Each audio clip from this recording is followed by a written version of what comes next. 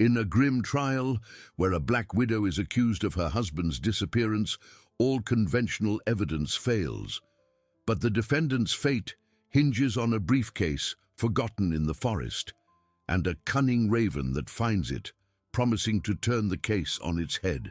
The air in the courtroom was thick, heavy with expectation and the silent judgment in every gaze.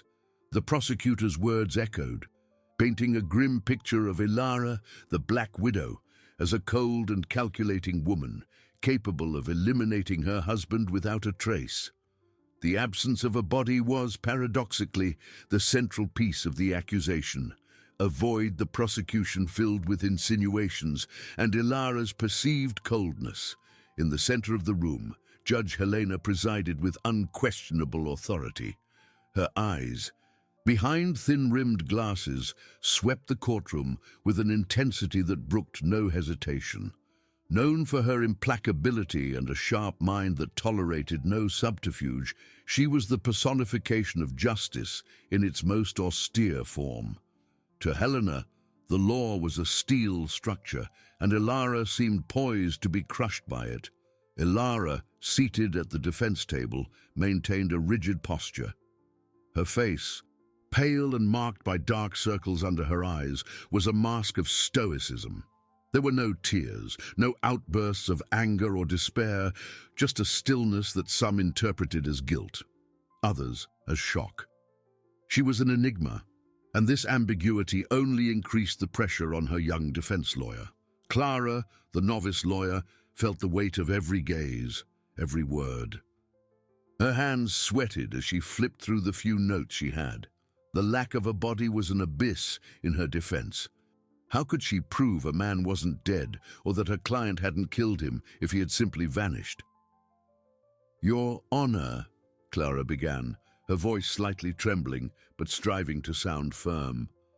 "The prosecution has presented a series of circumstantial evidence, but none of it directly links Ms. Ilara to the alleged crime.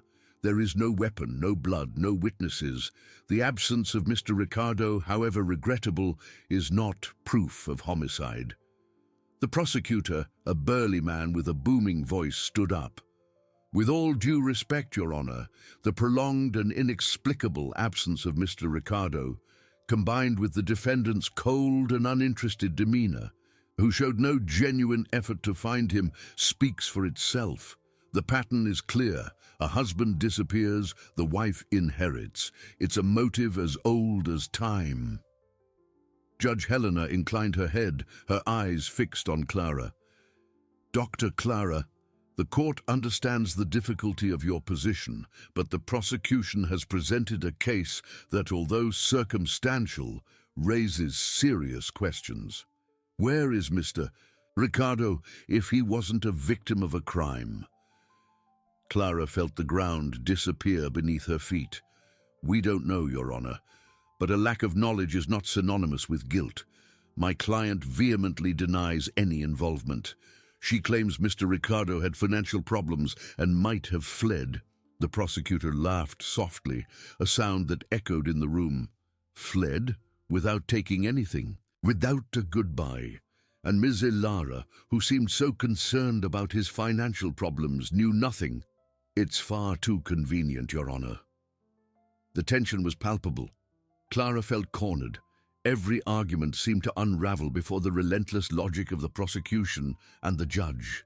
Ilara, beside her, remained impassive, a sphinx of silence. Clara's hope dwindled with each passing minute, and conviction seemed an inevitable certainty. Ilara's fate hung by a tenuous thread, and Clara saw no way to hold on to it, unless something or someone emerged to turn the tide. The tension was palpable. Just as Judge Helena seemed ready to deliver a ruling on the admissibility of certain circumstantial evidence, a stir began at the courtroom door. A tall, slender man, with disheveled grey hair and piercing eyes, entered the room, followed by an unexpected figure. On his shoulder, perched with surprising calm, was a raven of glossy black plumage. The silence that followed was almost deafening, broken only by the rustle of the bird's wings as it adjusted its position.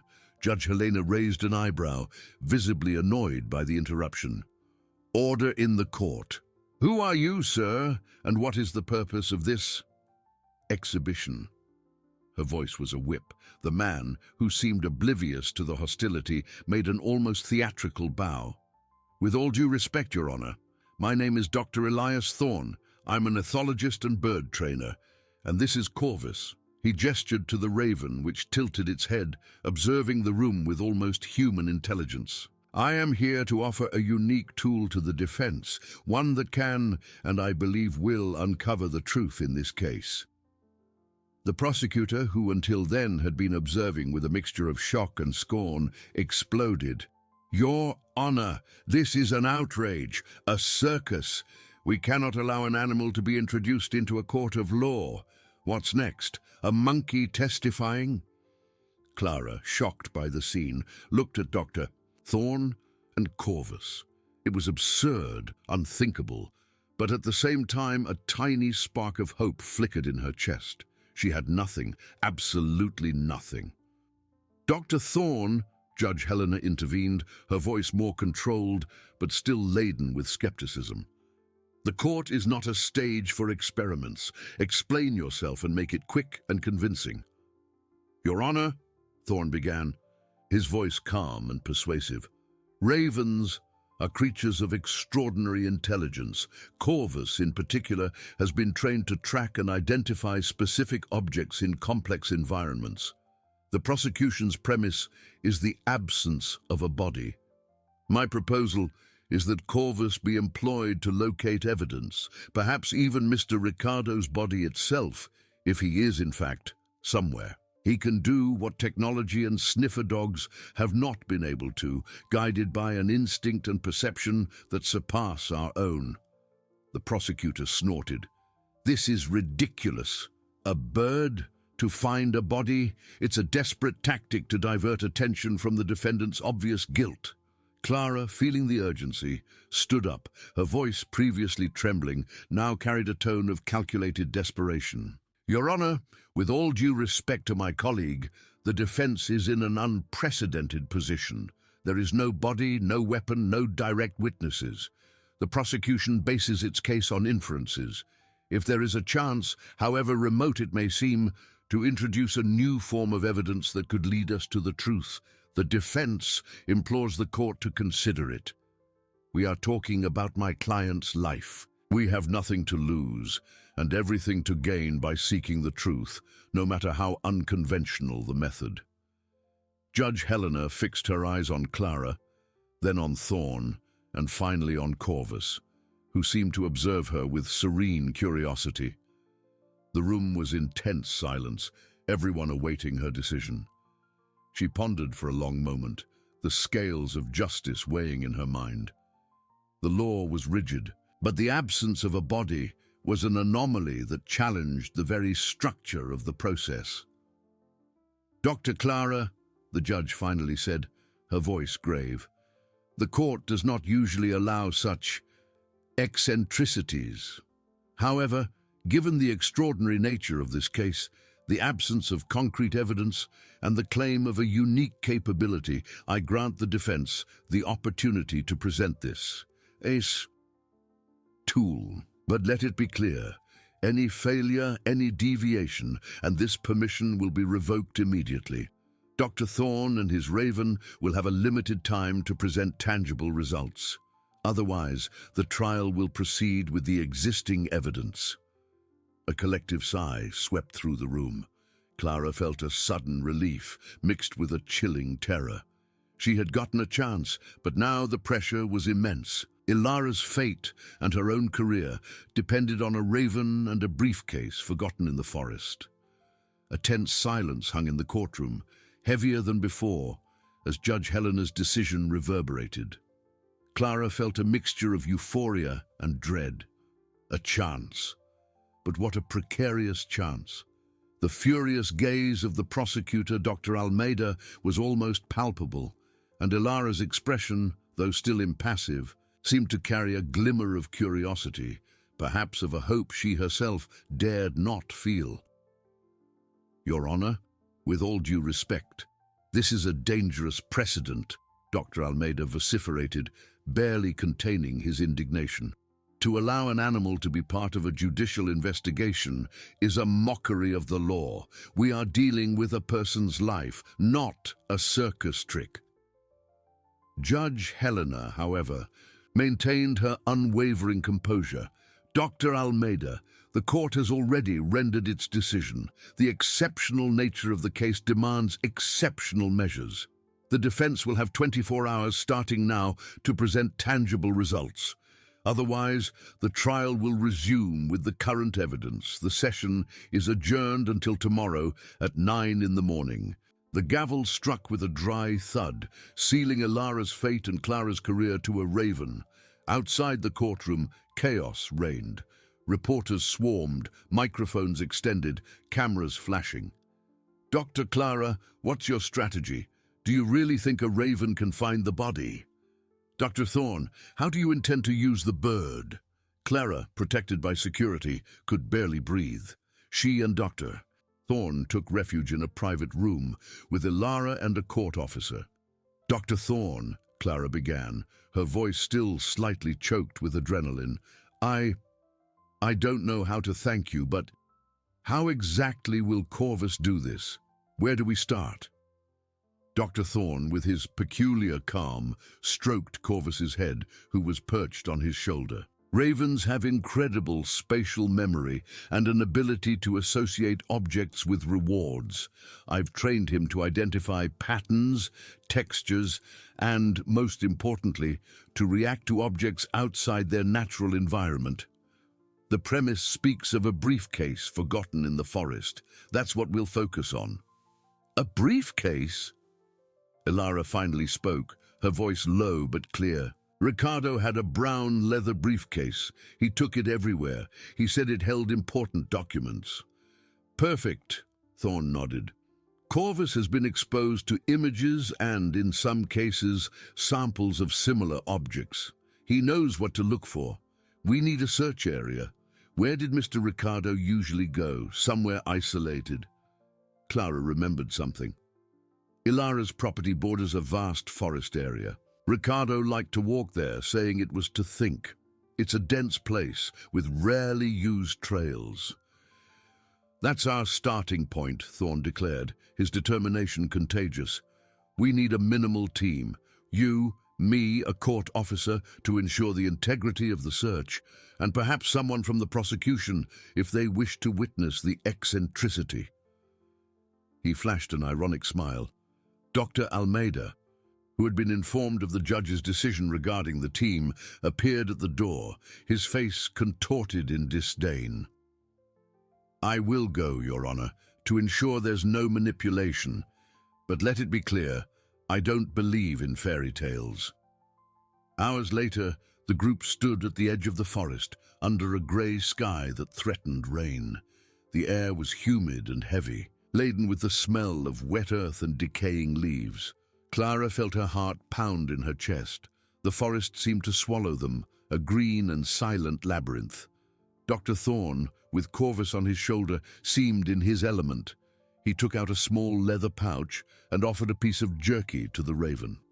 Corvus, my friend, time to work. The bird, with an intelligent glint in its eyes, surveyed the surroundings. Thorne pointed to the dense vegetation. Remember what we're looking for, something out of place, something that doesn't belong in the forest. With a hoarse call, Corvus took flight, his black wings beating rhythmically against the damp air. He circled above the trees, a dark silhouette against the pale sky, before diving into the green vastness. Clara, Almeida, and the court officer followed him, with slow and cautious steps. The prosecutor grumbled with every branch that whipped him, his incredulity evident. This is a waste of time. We should be in court, not playing treasure hunt with a bird. Truth doesn't choose its methods, Dr. Almeida, Clara retorted, her eyes fixed in the direction Corvus had disappeared.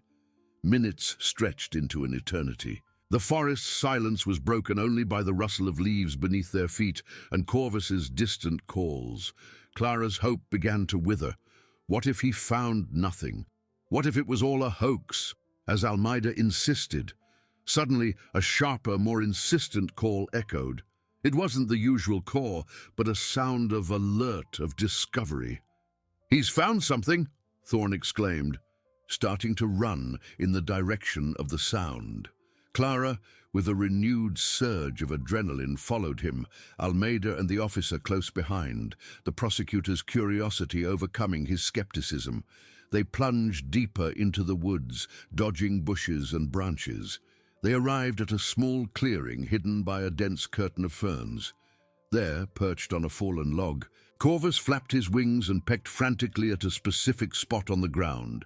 And there it was, half buried in the damp earth, camouflaged by foliage, a brown leather briefcase, exactly as Ilara had described it. A shiver ran through Clara. It was real. The Raven had found it. Dr. Almeida approached, his expression of scorn replaced by evident shock. "Impossible," he murmured. Thorne knelt, examining the briefcase. It was dirty, scratched, but intact. Carefully, he unearthed it. "It's it," he said, his voice calm, but with a gleam of triumph in his eyes. The court officer stepped forward. "It needs to be sealed and taken for forensic analysis." "Yes," Thorne agreed, "but first—" He opened the briefcase. Inside, there were some crumpled papers, a pen, and a small notebook. Nothing that seemed immediately revealing. Clara felt a knot in her throat. Was that all? An empty briefcase? The hope that had ignited threatened to die out again. Thorne, however, didn't seem disappointed. He examined the interior of the briefcase with his fingers, running them along the seams and the lining. His eyes widened slightly. He pulled back a leather flap that seemed to be just part of the lining, revealing a hidden compartment. From within, he retrieved a folded piece of paper, yellowed by time and dampness. As he unfolded it, a map was revealed. Not a common map, but a crude sketch with markings and a red X pointing to a specific location. The air seemed to freeze. The map, the missing piece, the exact location of the body. The game had turned. Clara felt her heart race, a mixture of dread and euphoria. Her eyes fixed on the yellowed piece of paper in Thorne's hands, where a red X, almost childlike in its simplicity, marked the final point of a desperate search. Dr. Almeida, previously skeptical and mocking, was pale, his mouth slightly agape in disbelief. The court officer, a man usually impassive, leaned in, his eyes wide. It's a map," Clara whispered, her voice choked. Thorne nodded, his usual calm now tinged with contained satisfaction. "A rudimentary map, but undeniably precise. The markings correspond to reference points in this forest. This X," he pointed with a finger, "indicates a location very close to where we are." Dr. Almeida finally found his voice, though it sounded weak and trembling. This proves nothing. It could be anything. A child's treasure map." "Dr. Almeida," the court officer intervened, his voice firm. "The briefcase was found at the location indicated by the Raven, exactly as the defendant described it. And now a hidden map. This is material evidence. It needs to be sealed and analyzed.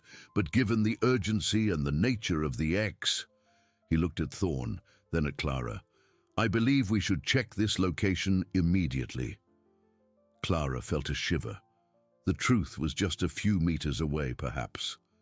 "Yes," she agreed, her voice gaining strength. "We cannot wait.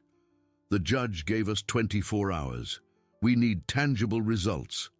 Thorne folded the map carefully and handed it to the officer, who placed it in an evidence bag, along with the briefcase. "Corvus guided us this far. He can guide us the rest of the way." The Raven, perched once again on Thorne's shoulder, seemed to understand, watching them with its bright black eyes. The tension was palpable as Thorne, with the map in mind, began to move in the direction indicated by the X. Clara followed him closely, each step a drumbeat in her chest. Dr. Almeida, though visibly shaken, dared not stay behind. His incredulity still wrestled with the weight of accumulating evidence. The court officer maintained a professional distance, but his attention was entirely focused. The forest seemed denser, darker as they advanced. The silence was oppressive, broken only by the rustle of leaves and the muffled sound of their own footsteps. Corvus at times took flight, circled, and landed again, as if confirming the path. Minutes dragged like hours. The air's humidity increased, and the smell of earth and decomposition intensified, mixed with something else. Something metallic and heavy that Clara couldn't identify, but which sent a chill down her spine. Suddenly, Thorne stopped. He stood in a small depression in the terrain, partially hidden by a tangle of roots and thick bushes. Corvus, who had flown ahead, landed on a low branch and began to emit low, repetitive caws, like a lament. Clara and Almeida approached, their eyes scanning the ground. And then they saw. There, semi-buried beneath a layer of damp leaves and loose earth, was the unmistakable outline of a human form. Vegetation had grown over it, camouflaging it, but not enough to hide the truth. A partially exposed arm revealed a piece of dark, already decomposing fabric. The smell, now unmistakable, rose into the air, heavy and nauseating. A muffled cry escaped Clara's lips. It wasn't a cry of horror, but of terrible relief, mixed with the brutal realization of reality. The body. It was there. Ricardo was there. Dr. Almeida staggered backward, the color completely draining from his face. His eyes, previously full of doubt, now reflected profound shock and overwhelming comprehension. His case, built on the absence of a body, crumbled before his eyes. The court officer, though visibly disturbed, acted with professionalism. "Don't touch anything. The crime scene is intact. We need to cordon off the area and call forensics immediately." He grabbed his radio, his voice choked as he reported the discovery. Thorne, with Corvus still on his shoulder, observed the scene with solemn seriousness. There was no triumph on his face, only the silent confirmation that truth, however grim, always finds a way to surface. Clara felt her legs give way. She knelt on the damp earth, not from weakness, but as an act of reverence for the newly discovered truth. Ilara was not a heartless killer. There was a body, a map, a story. The trial would no longer be about inferences and empty accusations. It would be about what truly happened. The game had not just turned. It had been completely rewritten. The air seemed to freeze. The map, the missing piece, the exact location of the body. The game had turned. The court officer, with the radio in hand, spoke hurriedly, his voice choked by the gravity of the discovery. "Confirmed, body found, location.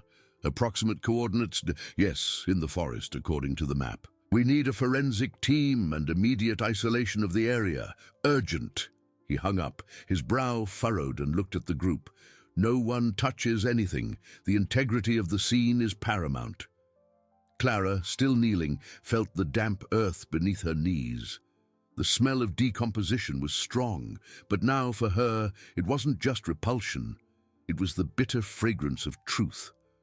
Ricardo was there. It wasn't an invention, a convenient disappearance. He was dead, and his body, the missing link, had been found. The accusation of concealing a corpse, previously an inference, now had a physical basis, but also opened doors for a defense that hadn't existed before. Ilara had told the truth about the body. Dr. Almeida, pale and gasping, recoiled a few more steps, almost tripping over a root. His eyes swept the scene with a mixture of horror and despair. The arrogant smile he wore in court had completely vanished, replaced by an expression of overwhelming defeat.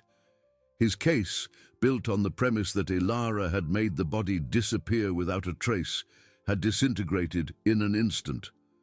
Absence was his weapon, presence his ruin. Thorne, beside Clara, remained silent. Corvus still perched on his shoulder, observing the scene with almost human intelligence. The trainer's calm was a stark contrast to the emotional chaos surrounding them. He didn't seem surprised, just resigned to the inevitability of truth. Within minutes, the distant sound of sirens began to echo through the forest, growing in intensity. Then, voices and the rustling of bushes indicated the arrival of the first teams. Uniformed police officers and forensic experts, with their equipment, burst into the clearing. The area was quickly cordoned off with yellow tape, and the discovery site became an epicenter of methodical activity. One of the experts, a man in glasses and latex gloves, approached the body cautiously, taking photographs and making notes. "It appears to be a man," he murmured, more to himself than to the others. "And he's been here for some time. Decomposition is advanced." Clara stood up, her legs still slightly trembling. She felt a gaze on her and saw Dr. Almeida, who was watching her with an expression that mixed hatred and a hint of reluctant respect. He had underestimated Ilara, underestimated Clara, and above all, underestimated a raven's ability to change the fate of a trial. "We need to return to court," the court officer said, his voice now more controlled. "Judge Helena needs to be informed immediately. This changes everything." Clara nodded, feeling a wave of adrenaline surge through her body. She had tangible results. Not just the briefcase and the map, but Ricardo's body. Ilara's narrative, previously seen as a desperate lie, now gained frightening verisimilitude. The walk back to the car was made in heavy silence. Dr. Almeida walked ahead, his head bowed, as if carrying the weight of the world. Clara, on the other hand, felt a new purpose. Hope, previously a flickering flame, now burned brightly. Back at the courthouse, news of Ricardo's body being found spread like wildfire. Judge Helena, informed in her chambers, convened a new emergency session. Her expression upon entering the room was more austere than ever, but there was a glimmer of contained surprise in her eyes. "Given the new and extraordinary evidence presented," she declared, her voice cutting through the silence, "the court acknowledges the discovery of Mr. Ricardo Silva's body in the adjacent forest, at the location indicated by the map found in the briefcase. This discovery, without a doubt, fundamentally alters the course of this trial." She looked at Clara, then at Dr. Almeida. "Dr. Almeida, I imagine your prosecution strategy will be re-evaluated." The prosecutor, still visibly shaken, merely nodded, unable to utter a coherent word. "Dr. Clara," the judge continued, turning to Clara, "this discovery partially validates your client's version of events. The body has been found. Now, the question is no longer whether it exists, but rather how it got there and who is responsible." "Yes, Your Honor, the defense is ready to present the true story behind the crime." Judge Helena struck her gavel. "The trial will be suspended for 24 hours. The forensic team will have this time for a preliminary analysis and to present an initial report. Dr. Clara, you will have the opportunity to visit your client and inform her of this crucial development. Dr. Almeida, use this time to adjust your accusation. Let it be clear, the truth, and only the truth, is what this court seeks." Clara left the courtroom with her heart pounding. The air felt lighter, despite the gravity of the situation. She had to speak with Ilara. The woman who had been judged and condemned in the minds of many now had a real chance. The true story was about to be revealed. The corridor, once a tunnel of anxiety, now seemed a path to victory. She barely noticed the curious glances of passing staff and lawyers. Her mind was fixed on Ilara, on the reaction she would have, on the truth that could finally be told. Thorne, who was waiting outside, nodded, a discreet smile on his lips. Corvus, on his shoulder, let out a low caw, almost like a greeting. "You did an incredible job, Dr. Clara," Thorne said, his voice calm and firm. Corvus merely pointed the way. "The rest was your determination." Clara felt a warmth in her chest. "It wouldn't have been possible without both of you, without Ilara's belief, without your faith, and without his intelligence." She looked at the raven, who observed her with its dark, piercing eyes. Now, I need to go to her. I need to tell her. The drive to the detention center was quick, but it felt like an eternity. The sun began to set, painting the sky in shades of orange and purple, a dramatic contrast to the seriousness of Clara's mission. Every kilometer driven was a step closer to an emotional confrontation she knew was inevitable. She mentally rehearsed her words, trying to find the gentlest way to deliver such overwhelming news. Ilara had endured so much, and now, the truth, however liberating, would come accompanied by the pain of confirmation. Upon arrival, the cold and impersonal atmosphere of the prison enveloped her. The smell of disinfectant and despair was familiar, but today Clara carried a spark of hope that defied the oppression of the place. After security procedures, she was led to the visiting room. Ilara was already there, sitting at the metal table, her hands clasped, her face pale and her eyes tired. There was a resignation in her posture that broke Clara's heart. "Ilara," Clara began, her voice trying to sound firm but betraying a slight emotion. Ilara raised her eyes, a flicker of surprise at seeing Clara so early. "Clara, what happened? The trial?" Clara pulled up a chair and sat down, leaning forward. "Ilara, I have news, very important news." She paused, taking a deep breath. "We went to the forest, with the map Corvus found in the briefcase." Ilara's face remained expressionless for a moment, as if processing the words. "And, Ilara," Clara said, her voice soft but laden with weight, "we found Ricardo." Ilara's reaction was immediate and visceral. Her eyes widened, and a muffled sound escaped her lips. A complex mixture of shock, relief, and profound pain flooded her face. Tears began to stream silently down her cheeks, but they weren't just tears of sadness. There was validation there, a liberation from a burden she had carried alone. He's there," Ilara whispered, her voice choked. I wasn't lying." "No, Ilara, you weren't," Clara confirmed, reaching across the table and touching her hand. "The body has been found. Forensics is working now. The judge suspended the trial for 24 hours. This changes everything, Ilara. Your version of events. It has been validated." Ilara covered her face with her hands, sobbing openly now. It was a cry of grief, but also of an immense and painful truth finally coming to light. Her shoulders trembled, and Clara waited, allowing the woman to process the avalanche of emotions. After a few minutes, Ilara lowered her hands, her eyes red and swollen, but with a new determination. "I knew he was there. I knew he hadn't simply disappeared." She looked at Clara, a renewed intensity in her gaze. "Now, they need to know the truth, the real story, not just that he's dead, but how he died, and why." Clara nodded, feeling a shiver.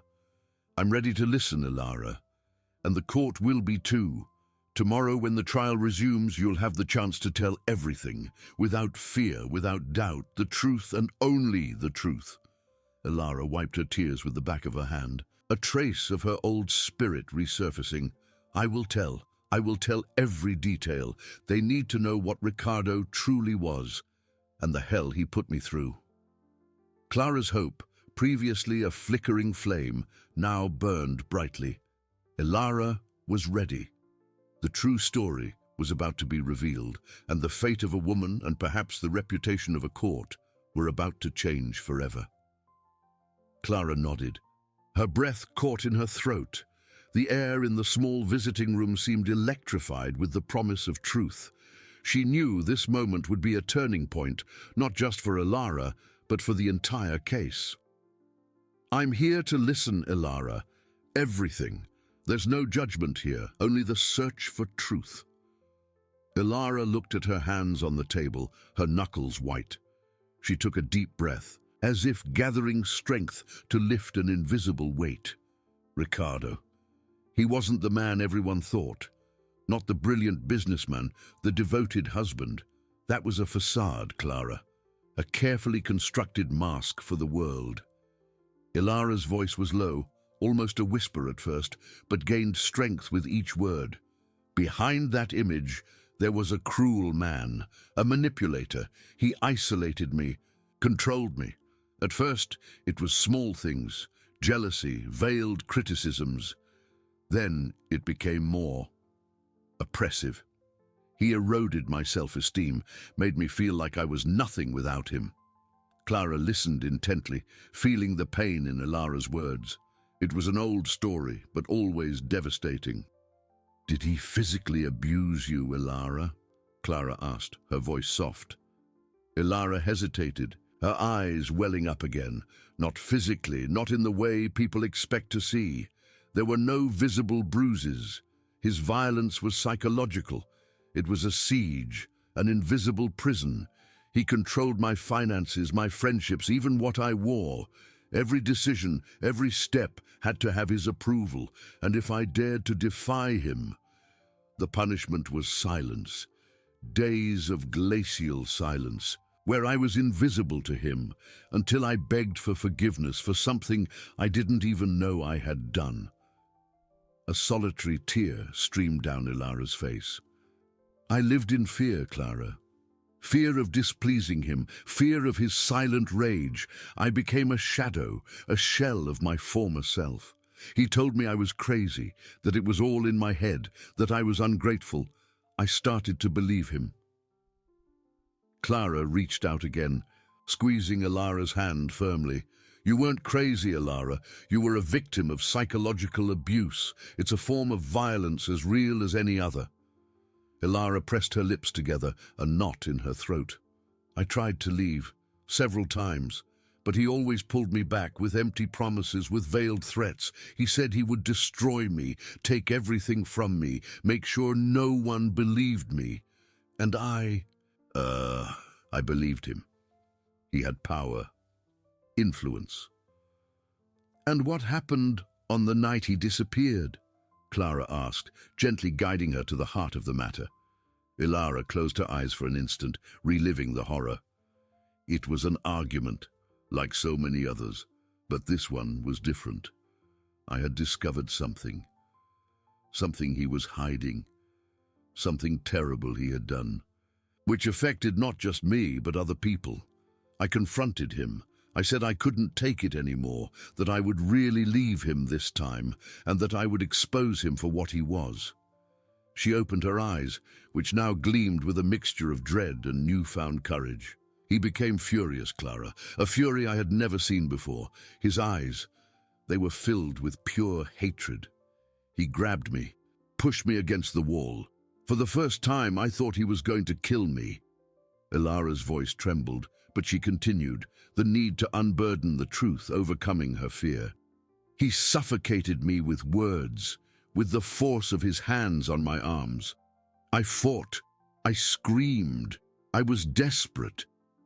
And then it happened. Ilara stopped, gasping, memories flooding her. Clara waited, knowing the next part would be the hardest. The silence in the room was heavy, filled only by Ilara's ragged breathing. The truth, however painful, was finally emerging from the shadows, ready to be revealed to the world. The fate of the trial, and of Ilara, hung on every word yet to come. Ilara took a deep breath, her eyes fixed on an invisible spot on the wall. I fought, I screamed, I was desperate, and then it happened. She stopped, gasping, memories flooding her. He pushed me so hard that I fell, hitting my head on the corner of the coffee table, Ilara continued, her voice a thread. The pain was excruciating, but the fear was greater. I saw the rage in his eyes, and I knew he wouldn't stop. I just wanted him to let go of me, to stop hurting me. My hands, they grabbed what was closest. She paused, her eyes closing again as if reliving the moment. It was a heavy marble paperweight. I picked it up and swung it to push him away. Not to hurt him, Clara, I swear. Just to defend myself, to create distance. A tear streamed from the corner of Ilara's eye. He was coming at me again. I closed my eyes and swung my arm. I felt the impact. A hollow sound. He staggered and then he fell, straight to the floor. He didn't move again. Clara felt a shiver run down her spine. The image was vivid and brutal. "And what did you do, Ilara?"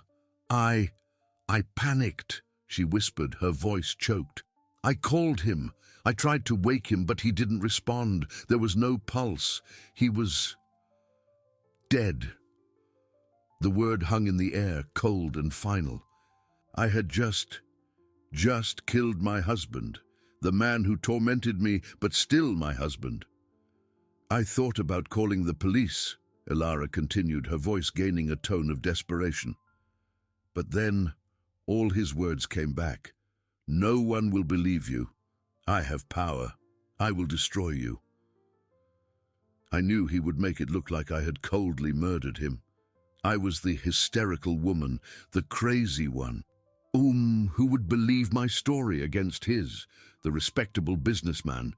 I was so scared, Clara, scared of being arrested, of losing everything, of being judged and condemned for something that was an accident, self-defense. "So you hid the body?" Clara asked, her voice soft but firm. "Yes, I dragged him to the car. I drove aimlessly to the forest. I buried him. I knew it was wrong, but I saw no other way out. I was terrified. I wanted him to just disappear, for all of it to disappear. I wanted the pain to end." She sobbed, covering her face with her hands again. "I know it was a mistake, a terrible mistake, but I was alone, Clara, completely alone and afraid." Clara reached out again, squeezing Ilara's hand tightly. "Ilara, what you did was motivated by fear and desperation after years of abuse. It wasn't premeditated murder, it was an act of self-defense, followed by panic. And now, with the body found, with forensics confirming the cause of death, your story will carry weight. It will have proof." Ilara lowered her hands, her eyes red, but with a new light of hope and determination. "They need to know. Judge Helena needs to know. Everyone needs to know who Ricardo truly was and the hell he put me through." "They will know," Clara promised, her voice full of conviction. "Tomorrow, in court, you will have the chance to tell every detail. I will be by your side. Thorne and Corvus gave us the proof we needed to validate your story. Now, the truth will come to light. And justice, Ilara, true justice will be served." Ilara nodded, a deep sigh escaping her lips. For the first time in years, she felt a glimpse of relief, mixed with the pain of memory. The truth was a heavy burden, but also a liberation. She was ready to face the world, to finally defend herself. The battle was not yet won, but Ilara's war against the shadows of her past was about to have its final chapter on the courtroom stage. The next morning dawned with a dense fog that seemed to mirror the uncertainty hanging over the city. In the small detention room, Clara found Ilara sitting on the edge of the bed, her hands clasped and her eyes fixed on the barred window. There was a stillness about her, a strange calm that was not resignation, but a newfound determination. "Ready, Ilara?" Clara asked, her voice soft but firm. Ilara turned, a faint smile trembling on her pale lips. "Ready for the truth to be told, Clara. No matter what happens next, I need them to know. I need her to know." The reference to Judge Helena was unmistakable. In the courtroom, the atmosphere was palpable. Every seat was occupied. The press buzzed, and the constant whisper of voices filled the space before the judge's arrival. Thorne sat in the front row beside Corvus, who rested silently on his shoulder, observing the crowd with his dark, keen eyes. The bird's presence, now a symbol of reversal, added a layer of mysticism to the solemnity of the venue. When Judge Helena entered, silence fell like a guillotine. Her eyes swept the room, pausing for an instant on Ilara, then on Clara, and finally on Corvus. Her expression was, as always, impenetrable, severe. "Good morning," Judge Helena declared, her voice echoing with authority. "We are here to continue the case of the prosecution against Ms. Ilara Santos. The defense has requested the reopening of the defendant's testimony in light of new evidence. We shall proceed."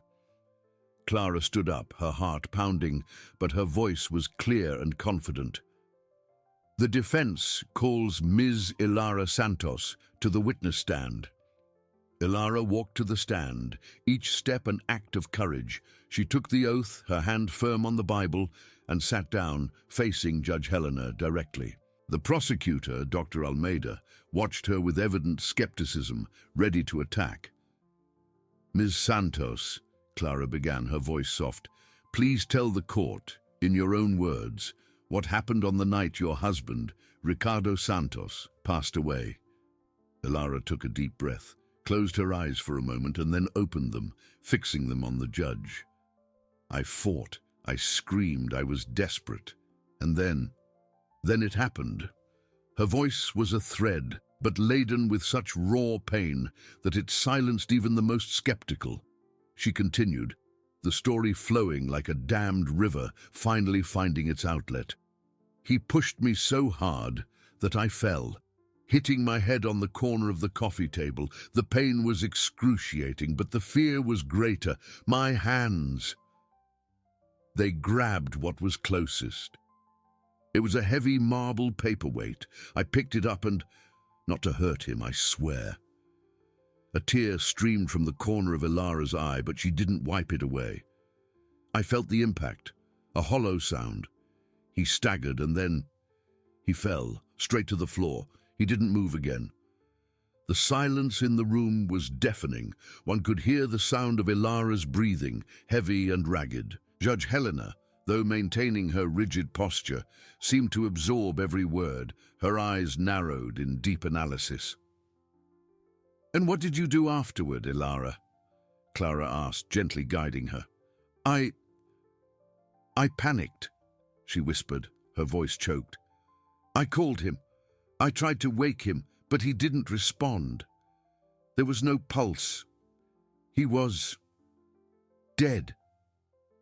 The word hung in the air, cold and final, striking everyone.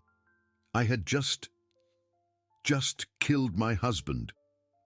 I thought about calling the police," Ilara continued, her voice gaining a tone of desperation. "But then all his words came back. 'No one will believe you. I have power. I will destroy you.'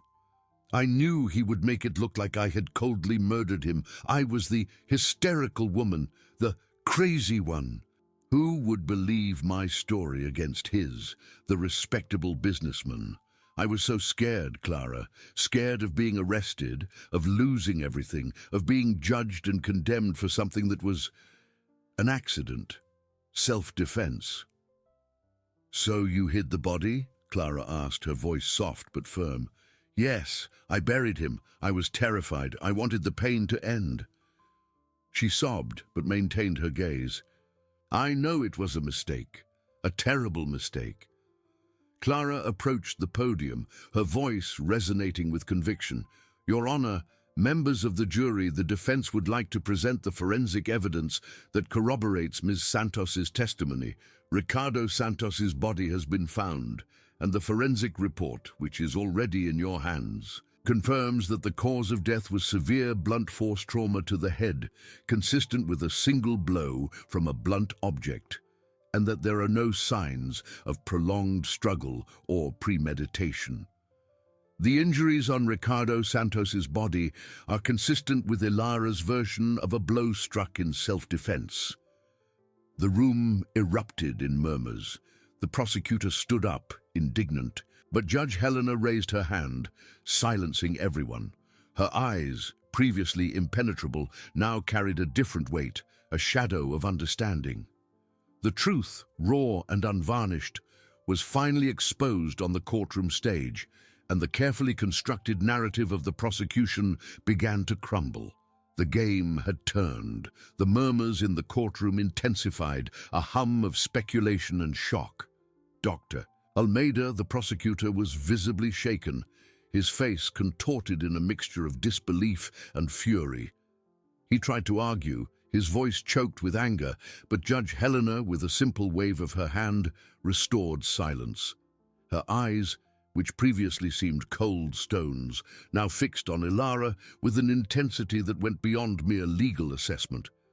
There was something more there, a spark of recognition, perhaps even of a long-buried pain. Judge Helena placed her pen on the table, the dry sound echoing in the silence. "Dr. Almeida," she said, her voice calm but laden with authority, "the defense has presented forensic evidence that substantially alters the basis of the premeditated murder charge. The court needs time to digest this new information. However, the concealment of a corpse remains a serious matter."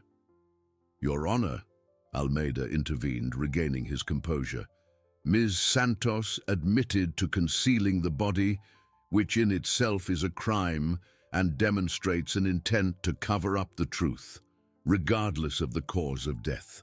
I request permission to begin cross-examination." Judge Helena nodded slowly. "Permission granted. Ms. Santos, please remain on the witness stand." Ilara, though exhausted, felt a renewed strength. She had spoken her truth, and the weight of the lie had been, in part, lifted. She was ready for whatever came next. Dr. Almeida approached the podium, his posture now more aggressive. "Ms. Santos, you claim to have acted in self-defense, correct?" "Yes," Ilara replied, her voice firm. "And, after the alleged act of self-defense, you, instead of calling the authorities, dragged your husband's body to the car, drove to a forest, and buried him. Is that what you want this court to believe?" "I was in a panic," Ilara explained, her voice choked by memory. "I was terrified. Ricardo always said no one would believe me, that he would destroy me. I believed him. I was afraid of being accused of murder, of losing everything." "Fear," Almeida scoffed, his voice laden with sarcasm, "or a calculated attempt to dispose of a body and erase all traces of your crime. Did you not think of the consequences of your actions, Ms. Santos? Did you not think of your husband's family, of the pain you would cause?" Clara stood up. "Objection, Your Honor. The prosecutor is attempting to distort the defendant's motivation and disregard the state of panic and psychological abuse she suffered for years." "Objection sustained," Judge Helena declared, her eyes fixed on Almeida. "Dr. Almeida, stick to the facts and avoid speculation about the defendant's intentions." Almeida snorted but continued. "Ms. Santos, you hid the body for days, weeks, months. Throughout that time you maintained the charade that your husband had disappeared. That is not an act of panic, madam. That is an act of deliberate concealment, a plan to escape justice." "It wasn't a plan," Ilara replied, tears streaming down her face, but her voice did not falter. "It was desperation. I was trapped in a cycle of fear and abuse. I couldn't think clearly. I just wanted the pain to stop, for him to stop hurting me, even after he was dead. I wanted everything to disappear." Judge Helena watched Ilara, and for a brief moment, a flicker of something that looked like empathy crossed her eyes. She had seen many women like Ilara, trapped in webs of violence and silence. The rigidity of her posture seemed to soften slightly, almost imperceptibly. "Your Honor," Clara intervened again, "the defense would like to call the forensic expert to corroborate the evidence of physical and psychological abuse that Ms. Santos suffered, as well as the compatibility of the fatal injury with an act of self-defense." Judge Helena pondered for a moment, her eyes sweeping the room, pausing on Thorne and Corvus. The Raven, as if sensing the weight of the moment, let out a low caw, a sound that seemed to cut the tension in the air. "Very well," the judge finally said, her voice softer than usual.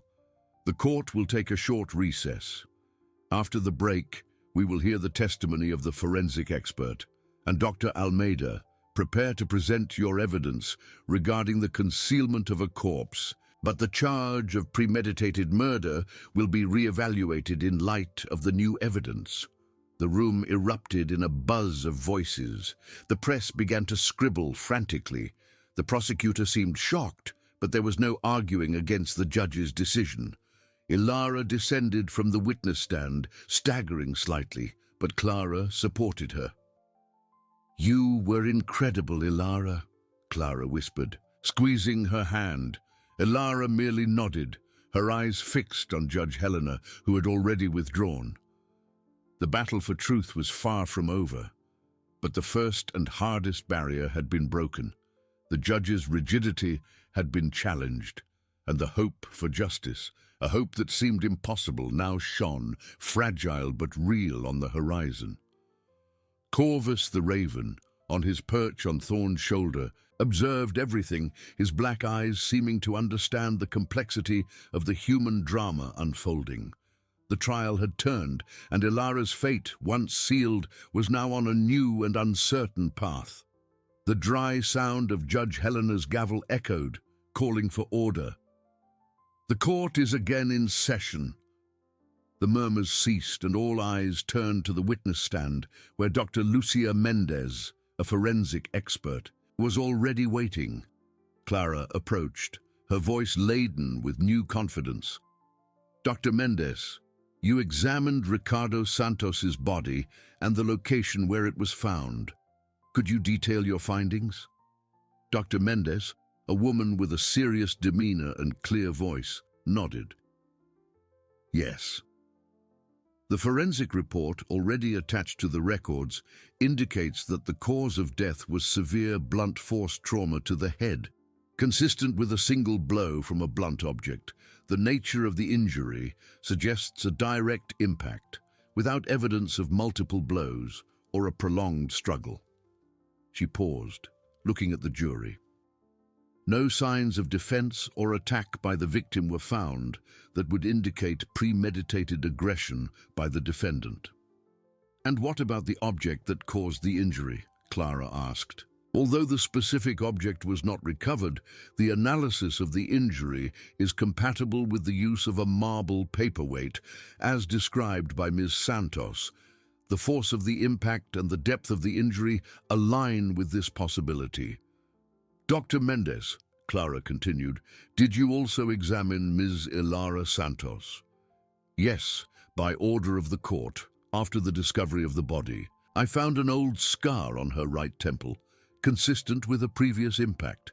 Additionally, there were recent bruises on her wrists and forearms in different stages of healing, indicating repeated aggressions over time. The marks on her wrists were particularly suggestive of forced restraint. A shiver ran through the room. The image of Ilara, fragile and terrified, gained a new dimension. Judge Helena pressed her lips together, her expression indecipherable. Prosecutor Almeida, visibly frustrated, rose for cross-examination.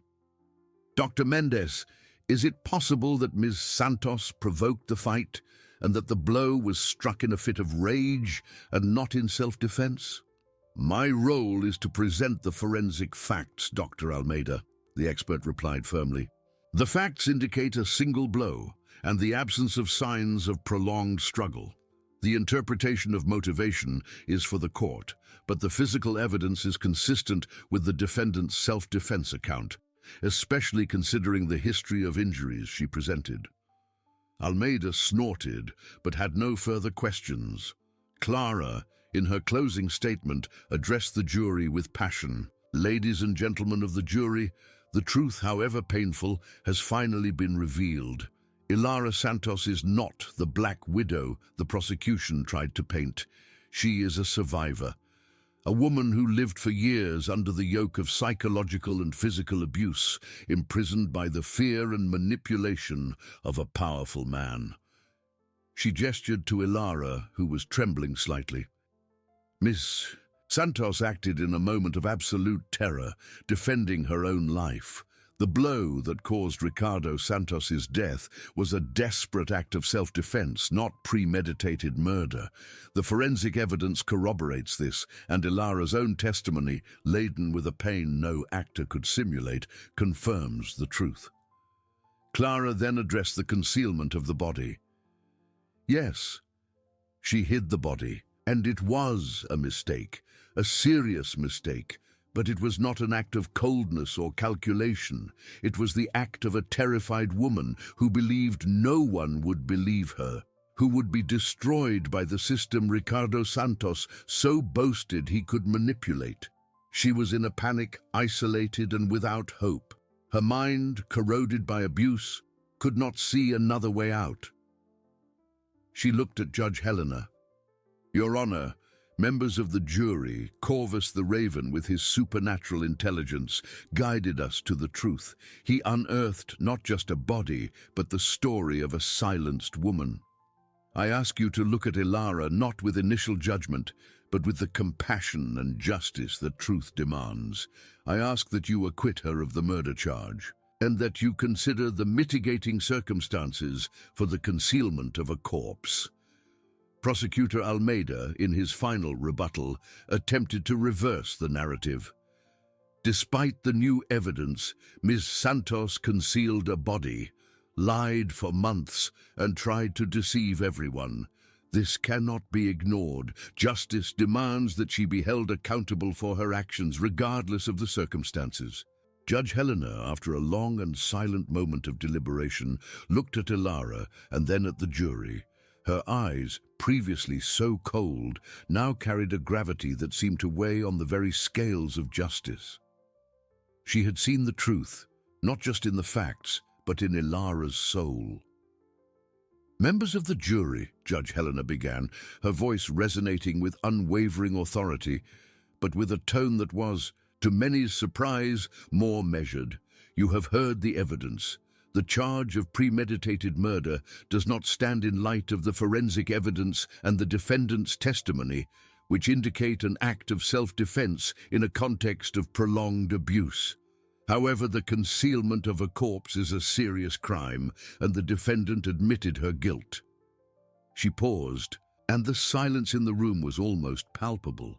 After careful consideration of all the evidence, including the history of abuse suffered by Ms. Ilara Santos, and the state of panic and desperation that led her to commit the act of concealment, this court reaches the following decision.